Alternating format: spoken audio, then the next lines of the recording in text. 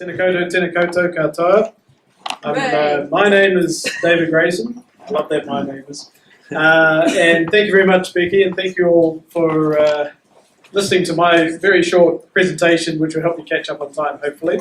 Unlike Brent, I give no apology for how I appear. I'm sorry I'm on sort of travelling. But I think actually a key part of all of this work, and I absolutely congratulate you and acknowledge that you have put your hand up to do this work, and you really are the leaders in the world because you're doing the whole system stuff. I think obviously Independent Healthcare has done fantastic, but it's in the American context, and we all know that half of all of the contribution to our problem is way beyond our control as healthcare workers. And so we have to be mindful of that, and that's why the work that you're doing, engaging in the third sector, particularly with your council and on this, your whole Leeds city, is just brilliant. So keep at it and keep going for it. I think, as somebody mentioned before, and it's kind of interesting because it is mentioned, I think, on your Centre for Improvement Health website, Maori proverb. So the Maori are the indigenous people of New Zealand. And it goes, well, the question is raised is, of all things in the world, what is the most important? And the response is, he tangata, he tangata, he tangata, which is the people, it is people, it is people. And that's the critical bit about this. We've got to think about how we work with each other. We've got to leave a bit of baggage behind, and from a leadership point of view, we've got to trust the workers can do it, and the workers yourselves. Once you get that joy, and I heard all that today coming out from your presentations, it was just surreal because it's just like the work we've been doing in New Zealand, running these learning collaboratives and presenting back to each other. And as you get more confidence in doing that, then you really start engaging and sharing and connecting. And so right up front, I'd love to say that absolutely very keen to share as much as we've learned so far, and particularly learn from our mistakes. So probably that's the best thing that we could share is what hasn't worked well for us. So I better get on. So just a little bit about the New Zealand health system, just briefly there. Very similar to what you have here in the NHS, very similar problems, and we are shifting, we are changing. I said to the leaders this morning that we have had it hammered into us now for several years, there is no more money. It's just become so repetitive that that's forced us into thinking how we can change. We're probably more famous for being the land of Middle Earth and our success in the film industry. Also pretty good, we push above our weight at rugby and cricket even, did a little better than England in the last World Cup. But we'd like to think too that we are trying to make moves in particular for getting more out of our system within the healthcare context. And this issue around networks, and what I'm actually supposed to be talking about, it's critical, I think, to a new way of thinking and a new way of working. And it's really challenging for us, and we've got to find that blend of we still need a certain degree of hierarchy, but I'm a firm believer in taking a network approach, and network thinking in particular as to how you operate is the key. And it has been said that, previous centuries, the things are now different, and we're now in a network century. Network thinking is the way to go. So the work that we have done, we have an institute which is very similar to the institute that has been started here. It's called Koatia, and that's a Maori word that means the dawn, the light at dawn, and that signals the potential of each day, what can it be achieved.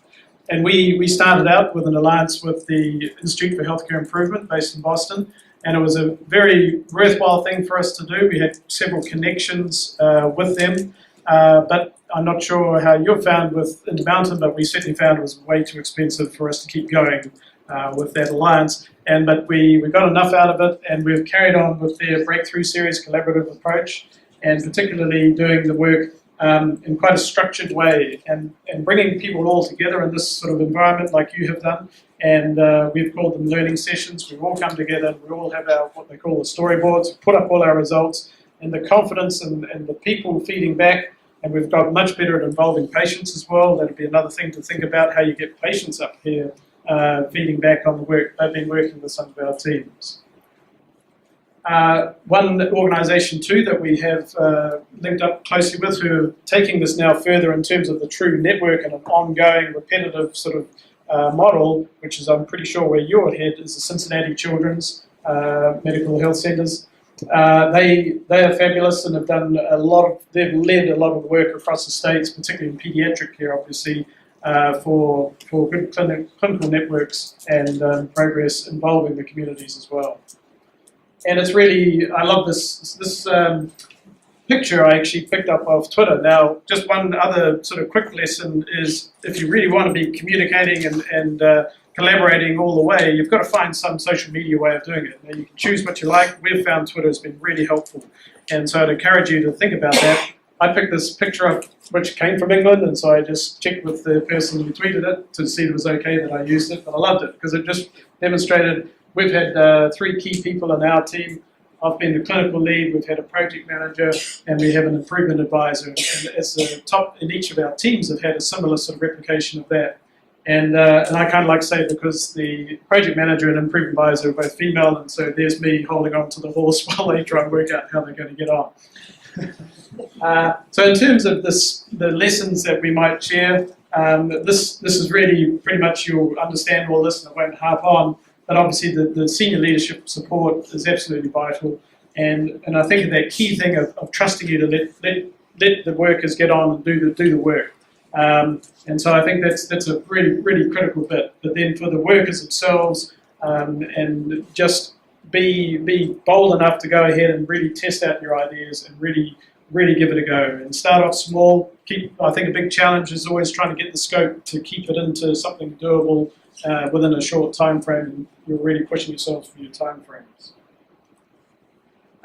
Some of you may know Lynn Ma from the NHS. She's now part of our team at Coatea, and she shared this slide with me about the thing, again, the importance of the leadership. But as much as possible, think about leaders at all levels. And like I say, particularly you'll find some brilliant patients who will stand up and really help to get some baggage out of the room and get things going. So this is a picture up above of our institute, Coatea. It's been an alliance between our hospital, our health provider network, and also the university training. And this is another critical bit, is training all of the people coming through, the next generation. And we have an annual forum, which you're obviously all invited to if you want to make the big trip down to New Zealand, but do let me know if anybody is interested to come at any time. I'm more than happy to try and help and facilitate things for you.